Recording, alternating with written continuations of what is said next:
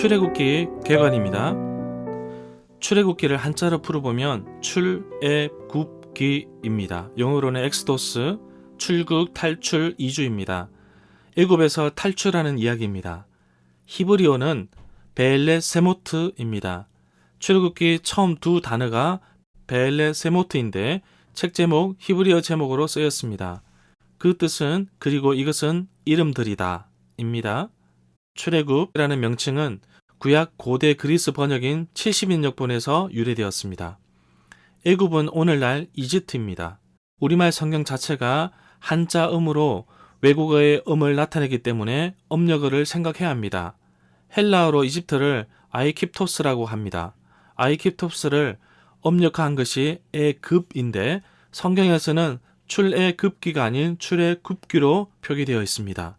표기상 출애굽기는 출애굽기로 써야 합니다. 하지만 애급보다는 애굽으로 발음하는 것이 쉬워서 사람들이 급을 굽으로 읽으면서 음이 그대로 굽으로 굳혀진 것으로 봅니다. 국립국어원 표준어 대사전에서도 출애굽기라고 표시가 되어 있습니다. 굽의 음이 변한 것으로 이 표시가 표현되어 있습니다. 이 표시는 한자음이 원음과 달라졌다는 것을 알려주는 표시입니다. 이스라엘 백성들이 애굽, 이집트에서 살게 된 배경은 이스라엘의 땅에 가뭄이 아주 심하였는데 하나님께서 요셉을 애굽에 미리 보내어 야곱 가족들을 기근으로부터 안전하게 보낼 수 있도록 해주셨습니다. 야곱의 가족 70명이 애굽에 정착하였는데 시간이 400년이 흘렀습니다. 그 사이에 야곱의 자손들은 번성하여 이스라엘 민족이 되었지만 요셉을 알지 못하는 왕들이 등장하면서 이스라엘 백성들을 노예로 삼게 됩니다. 하나님께서 애굽에서 이 백성들을 건져내셔 아브라함에게 약속하신 땅으로 이끄시는 그 구원의 손길을 기록한 것이 출애굽기입니다. 출애굽기는 총 40장으로 되어 있습니다. 구약성경 모세오경, 창세기, 출애굽기, 레위기, 민수기, 신명기에 두 번째에 위치해 있습니다. 모세의 출생과 애굽의 재앙, 출애굽, 홍해 도하, 광야 생활 등 굵직한 이야기가 실려 있습니다. 하나님과의 관계에 있어서도 십계명도 기록되어 있지만 우상 숭배로 인해 하나님의 재앙도 포함되어 있습니다. 출애굽기의 구성을 보면 장소로 크게 세 부분으로 나눌 수 있습니다. 첫 번째는 애굽, 두 번째는 애굽에서 시내산, 세 번째는 시내산입니다. 애굽은 1장부터 13장까지이고 애굽에서 시내산은 14장부터 18장까지이며 시내산은 19장부터 40장까지입니다. 출애굽기 10장부터 13장에는 10가지 재앙이 나옵니다. 그리고 14장부터 15장은 홍해 도하 사건이 있습니다. 19장에서는 하나님과 언약을 맺는 장면이 나오고 32장에는 금송아지 사건도 등장합니다. 출애굽기 1장 1절부터 15장 21절에 보면 이스라엘 사람들이 애굽에서 해방되는 부분이 나오고 1장 1절부터 22절에서는 애굽에서 노예 생활, 그리고 2장 1절부터 4장 31절에서는 모세의 출생과 모세의 청년 시절, 5장 1절부터 11장 10절까지는 모세와 아론이 애굽 왕 바로와 맞서는 부분, 그리고 12장 1절부터 15장 21절은 유월절과 애굽 출발하는 내용이 기록되어 있습니다. 출애굽기 15장 22절부터 18장 27절에서는 홍해에서부터 시내산까지, 그리고 출애굽기 19장 1절부터 24장 18절까지는 율법과 언약에 대해서, 그리고 25장 1절부터 40장 38절까지는 성막과 예배 기구의 제작에 대해서 기록되어 있습니다. 출애굽기를 묵상할 때는 먼저 창세기와 연결을 지어야 합니다. 70명의 야곱의 가족이 애굽에 이주한 이야기가 출애굽기 출발점입니다. 모세의 등장을 통해 출애굽에 대한 하나님의 구원의 역사가 시작되었고 수많은 기적 속에서 친히 자기 백성들을 약속의 장소로 이끄시는 하나님의 손길을 볼 수가 있습니다. 아주 오래된 역사 이야기이기 때문에 장소에 대한 논란이 여전히 많습니다. 성경에 기록된 현재 지명을 찾는 것이 초점이 아니라 하나님께서 그곳에서 어떤 일을 하셨는지 그 깊은 뜻을 찾는 것이 우선순위가 되어야 합니다. 출애굽기의 중심 메시지를 보겠습니다.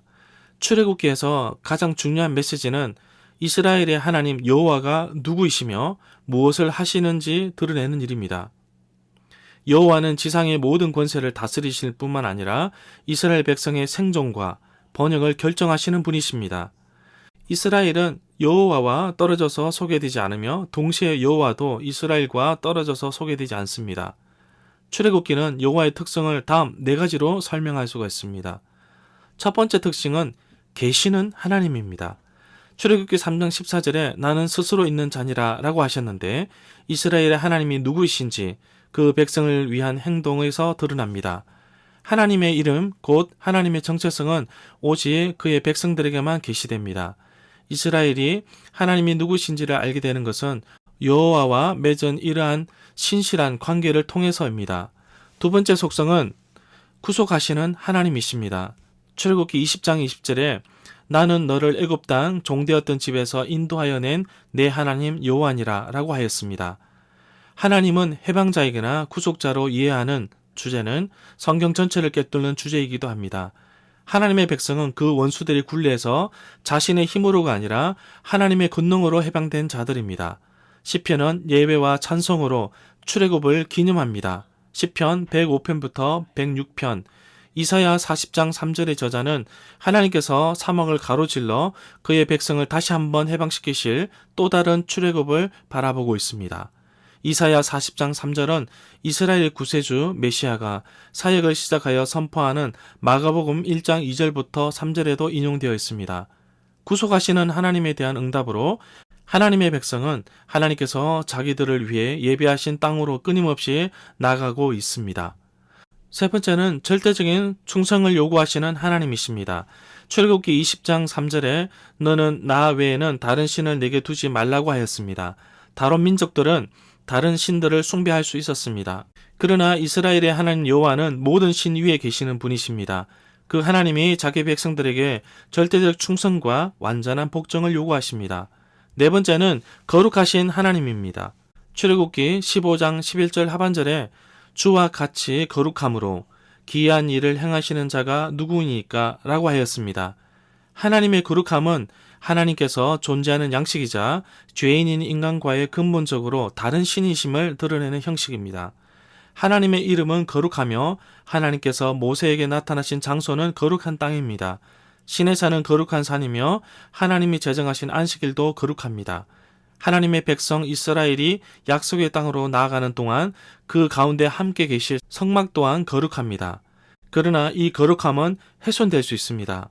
이 거룩함은 반역과 불순종을 용납하지 않는 힘입니다. 하나님의 백성은 거룩해야만 합니다. 곧 여호와만 섬기는 백성이 되어야 한다는 뜻입니다. 내일부터 시작될 출애굽기 말씀을 통하여 하나님께서 오늘날 나에게도 어떻게 말씀하시는지 또 내가 살고 있는 이곳에서 하나님이 원하시는 거룩한 것으로 어떻게 이끌어 가실지 기대하심으로 묵상에 임하시면 좋겠습니다.